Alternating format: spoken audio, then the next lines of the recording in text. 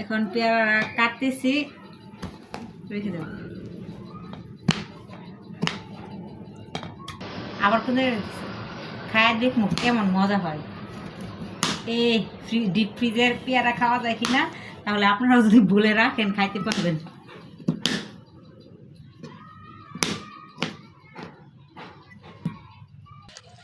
এখন বাটিও দিয়েছে ছোট, এটার মধ্যে মাখবো কীভাবে, তেঁতুলগুলো গলায় রাখতে হবে। তারপর একটু মরিচ দিব। এই যে এখন মরিচ আর হচ্ছে লবণ দিয়েছি, কারণ শুকনা মরিচ নাকি নাই, কিছু করার নাই, ব্যাচেলার মানুষ থাকে একা একা, শুকনা মরিচ নাই, যেহেতু আমি বলছি এই ফাঁকি মরিচ নাকি হলুদের গুঁড়া দিচ্ছি, আল্লাহ জানে, খায়া দেখতে হবে, মনে হইতেছে হলুদের গুঁড়া। যাই হোক, দেখি অল্প একটু খেয়ে দেখি। ডিপে রাখলে সমস্যা নেই, আপনারাও খেতে পারবেন। এভাবে ভুলে যদি ডিপে রেখে দেন পেয়ারা, আপনারা কি করবেন, এভাবে ভর্তা বানিয়ে খাবেন, দেখবেন মজা লাগবে। খুবই মজা হয়েছে, অসাধারণ।